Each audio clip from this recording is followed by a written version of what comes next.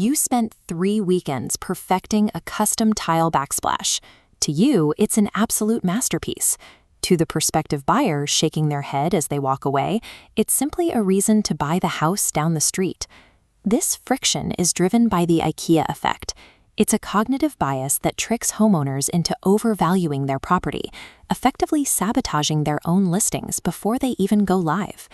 Behavioral economists coined the term after discovering that people place a disproportionately high value on products they successfully assemble themselves. By providing the labor, you imbue a generic object with a sense of personal worth. In one fascinating experiment, participants folded crude paper cranes by hand and then passionately defended them as high-value art. They weren't just emotionally attached to the objects, they truly believed outside observers would pay a premium for their work.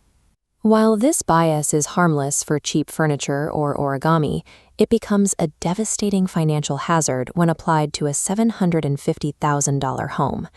This happens because of effort justification. Your brain needs to rationalize the physical pain and time you spent on a project, so it protects you from the reality of the result. This mechanism literally alters your perception. It prevents you from seeing amateur mistakes, like crooked grout lines or uneven paint, because admitting the work is flawed would make the effort feel wasted. The American concept of sweat equity weaponizes this bias. Every hour you spend painting a wall or sanding a floor creates a psychological lock-in, linking your identity to the physical structure. When it comes time to sell, you stack an artificial premium on top of the home's baseline value. You're adding up every drop of sweat shed during those weekend projects and expecting the market to pay for them. You've stopped pricing a commodity based on market comparables and started aggressively pricing your own pride. Now, look at that same space through the eyes of a buyer. They don't see your memories or your hard work. They see demolition cost.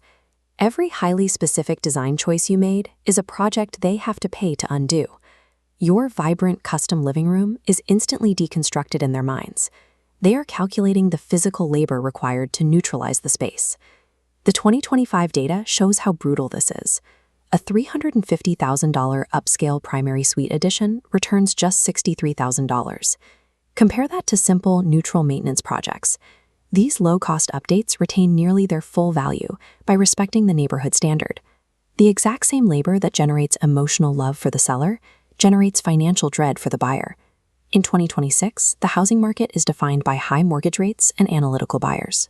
They are solving needs, not chasing dreams, and they are dealing so with more leverage than they've had in years. Sellers often try to validate their inflated pricing using automated valuation models like the Zillow Zestimate. They use these algorithms as a false anchor to support their bias. But look at the error rates. While these tools are accurate for standard subdivisions, they become wildly divergent when applied to customized, off-market homes that the algorithm cannot physically inspect.